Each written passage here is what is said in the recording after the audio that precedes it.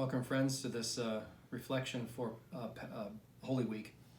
I've been trying to figure out how I've been feeling about the fact that we haven't had Mass for 2 or 3 weeks now, and it looks like it's going to be several more weeks before we do, and not knowing how to express that. But I found something on Facebook that I thought was very helpful. I've had a lot more time than I normally have, and I've spent a lot more time on Facebook than I should. Found some pretty funny memes and stuff, but I was very happy when I came across this. I don't know where it's from, but they say that plagiarism is the highest form of flattery. I don't know who said that, but the fact that I said it was already flattering somebody. But this also is, the author of this is unknown, so I'm plagiarizing it because it's helping me to bring forward something that's been going on in the back of my own head. So I'm going to read this. Pardon me for reading at you. The very first Easter was not in a crowded worship space with singing and praising. On the very first Easter, the disciples were locked in their house. It was dangerous for them to come out. They were afraid. They wanted to believe the good news they had heard from the women that Jesus had risen, but it seemed too good to be true. They were living in a time of such despair and fear. If they left their homes, they might, and their lives and the lives of their loved ones might be at risk. Could a miracle really have happened? Could life really have won over death? Could this time of terror and fear really be coming to an end?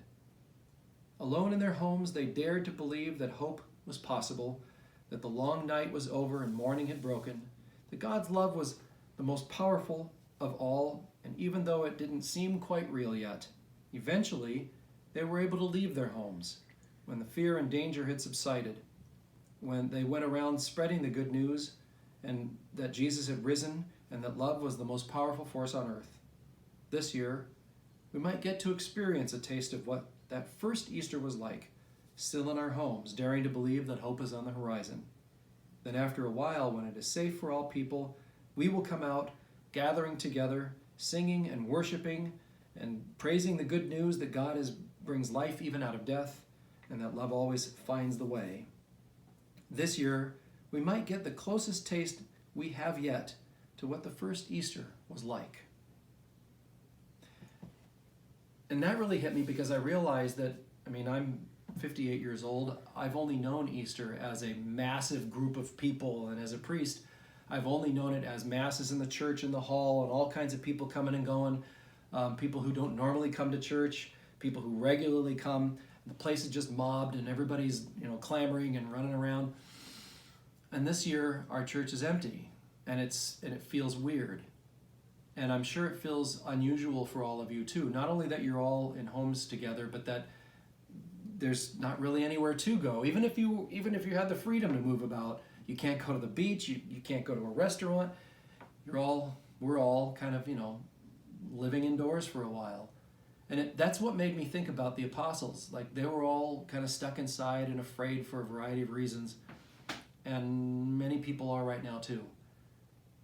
But the good thing is that one day, hopefully very soon, we will find ourselves able to leave the confines of our homes and be able to gather together again. And when we do, we'll be able to experience what happened after Easter. Because on Easter Sunday, nobody was there. Jesus appeared first to Mary Magdalene and then later that night to just the apostles.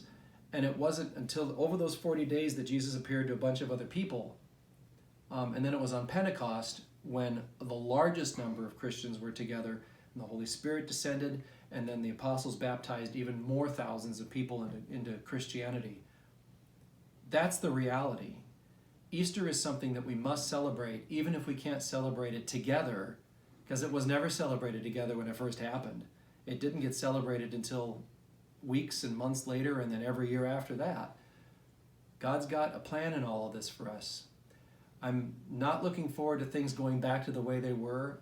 I'm looking forward to things being better than it ever was because of how much we have all, including myself, taken the church, the sacraments, our faith, our worship, taken all of those things for granted.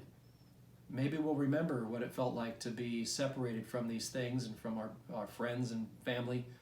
And maybe we'll have a better experience of once we can leave our homes and move about freely, we won't take them for granted as much. God bless.